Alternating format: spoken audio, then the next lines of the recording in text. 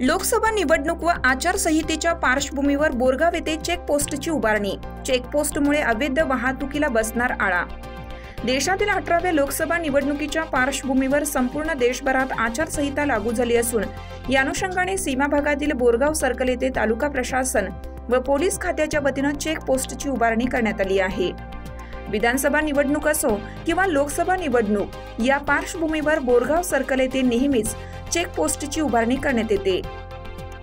निवडणूक काळात पैसे, भेटवस्तू, दारू यांची गैरवाहतूक होऊ नये, या वाहतुकीवर करडी नजर असावी यासाठी या ठिकाणी चेकपोस्ट उभा करण्यात आला आहे।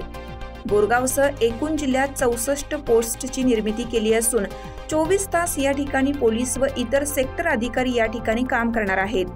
सध्या बोरगाव सर्कलवर उभारण्यात आलेल्या चेकपोस्ट येथे काम करण्यासाठी नोडल अधिकारी, पोलीस अधिकारी, नगरपंचायत अधिकारी, ग्रामपंचायत अधिकारी व कॅमेरामन तसेच सहाय्यकांची नेमणूक करण्यात आली आहे।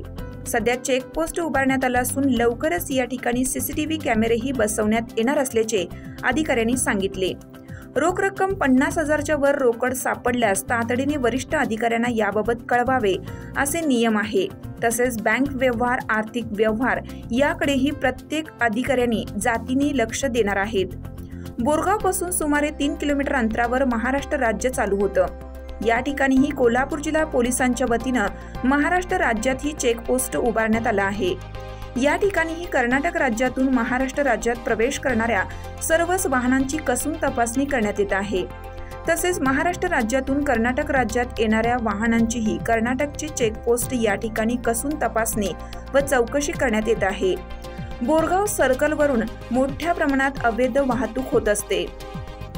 रात्रीच्या वेळेत हे अवैध वाहतूक सुसाट असते। सध्या चेकपोस्ट जारी झाली असले तरीही अधिकाऱ्यांची संख्या वाढली तर अन्य होणारी अवैध वाहतूकही बंद होईल अशी मागणीही केली जात आहे। हिरकणी न्यूज करिता संपादक बबन जामदार, मानकापूर। चालू घडामोडींचे अपडेट्स जाणून घेण्यासाठी आपल्या हिरकणी न्यूज चॅनलला सबस्क्राइब जरूर करा, लाईक करा, कमेंट करा आणि शेअर करा। बेल आयकॉनवर प्रेस करा आणि नोटिफिकेशन्स मिळवा।